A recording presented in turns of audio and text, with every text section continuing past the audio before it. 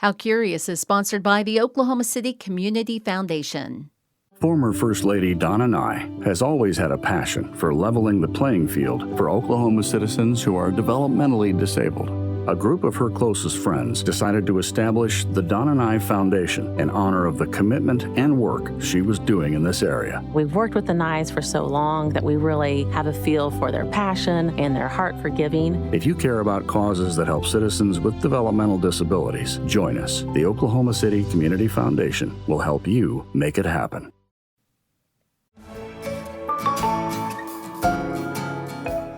Hello, welcome to How Curious. I'm Rachel Hopkin.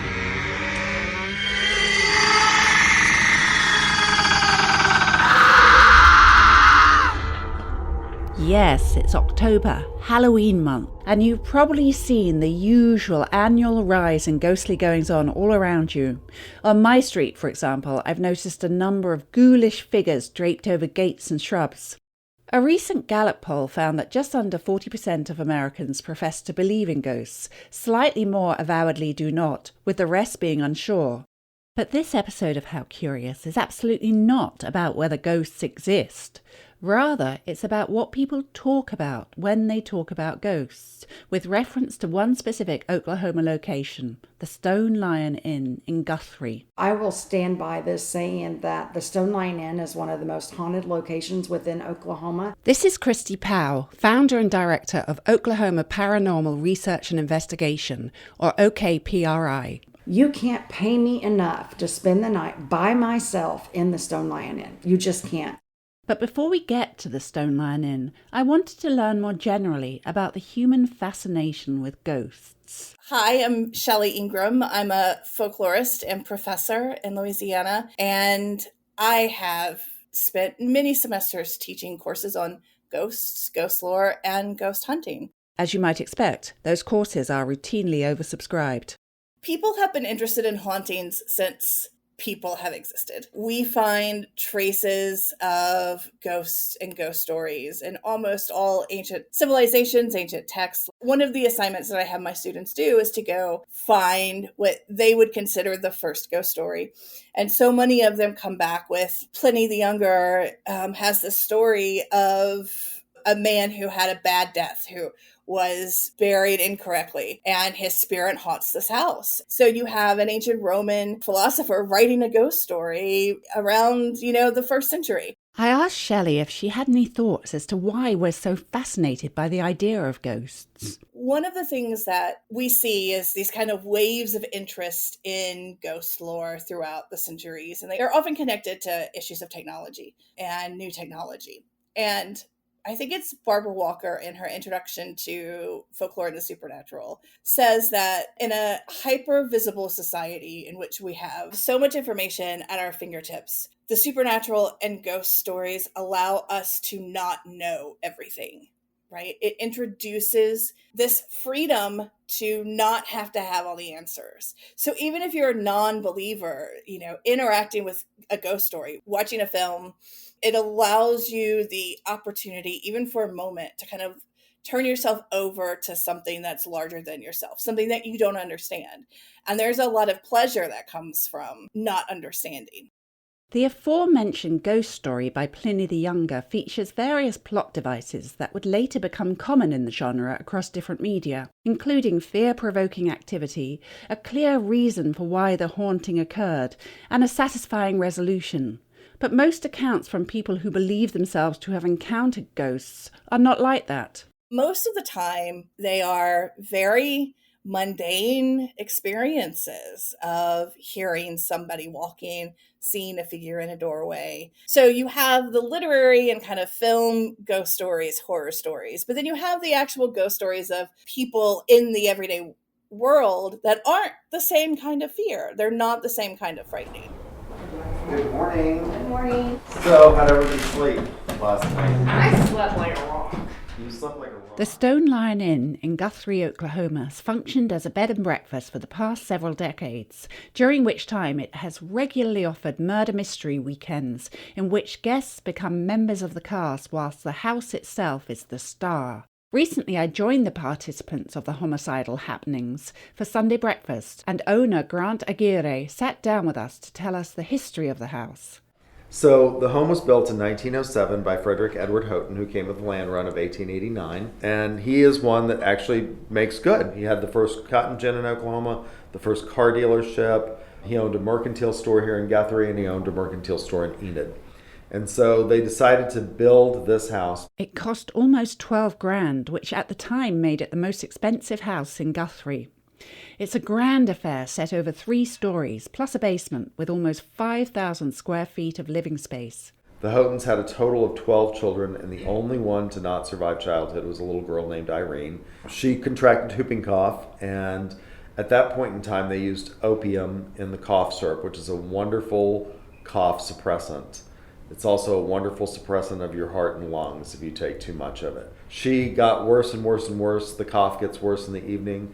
And her nanny, who was also the upstairs housekeeper, kept giving her more and more and more of the cough syrup, and she passed away in that room. And people experience on the second floor a little girl coming in and patting them on the cheek, waking them up in the middle of the night. They'll experience things like their glasses being moved.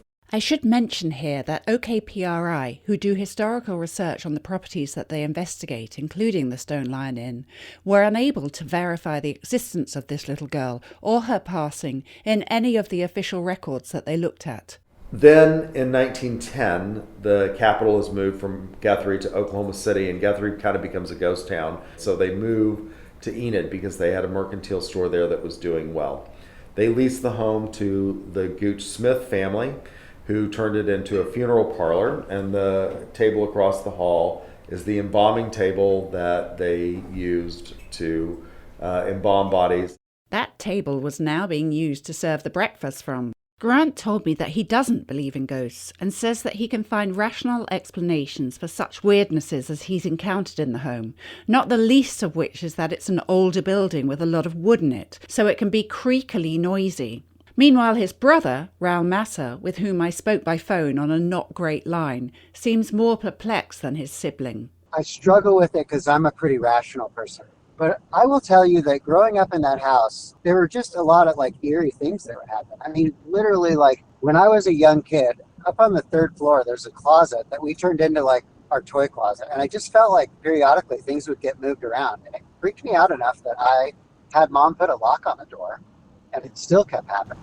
Raul said that the strange goings-on extended beyond the toy closet.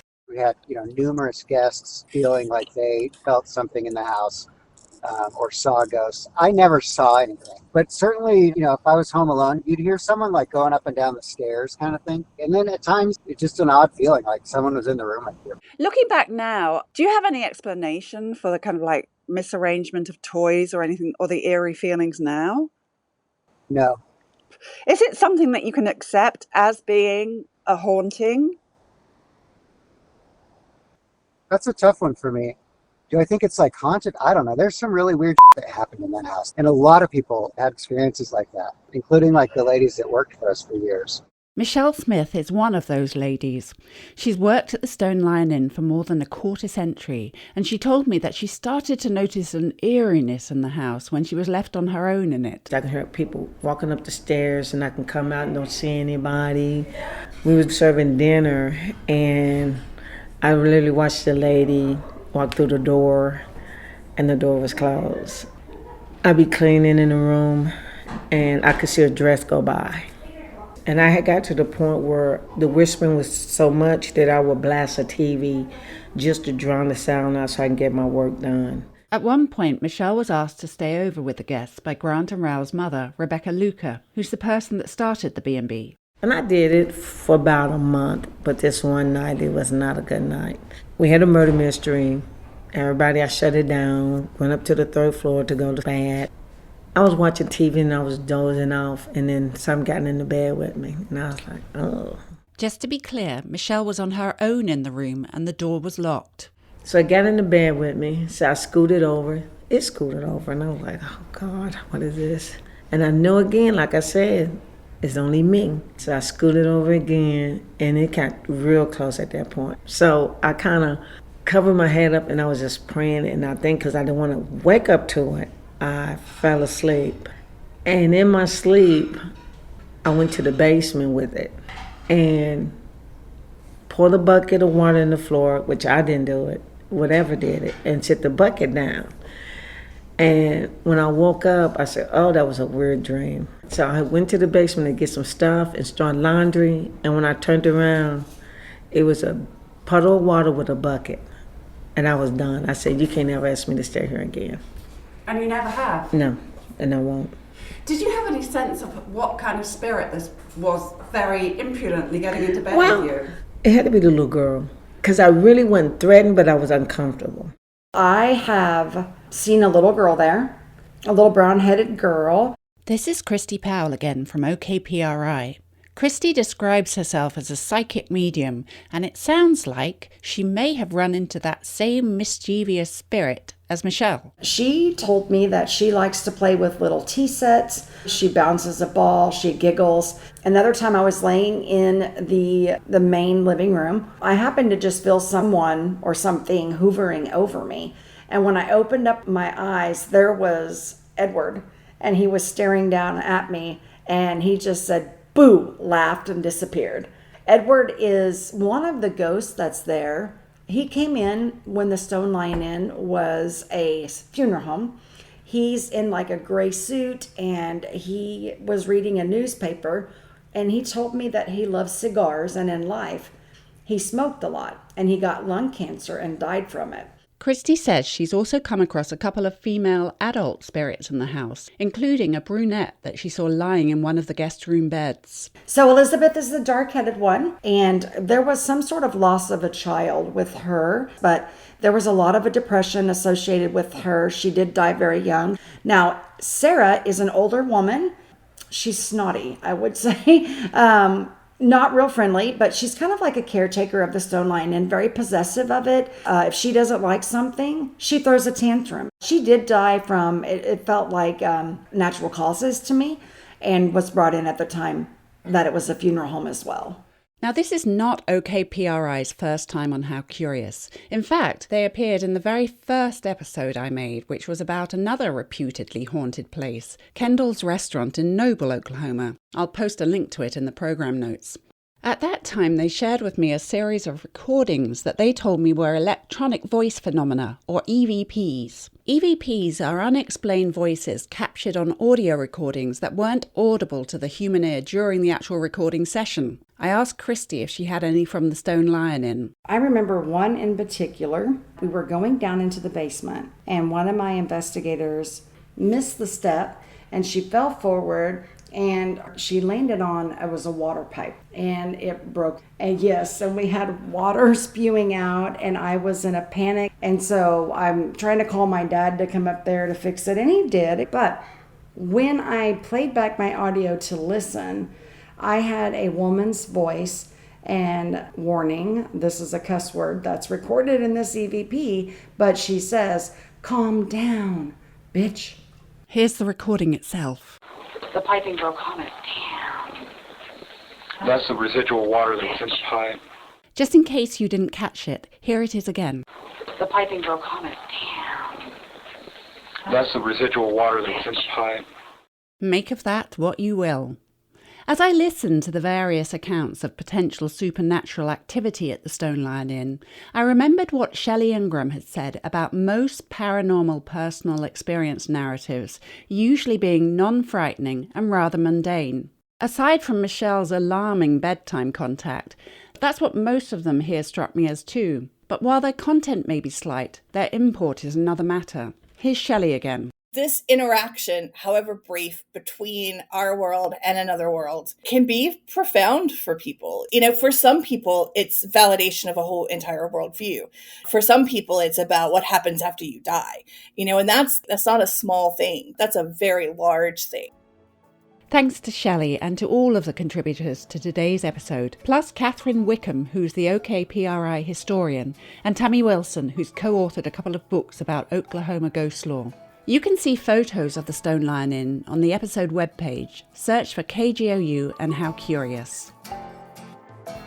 How Curious is a KGOU public radio production.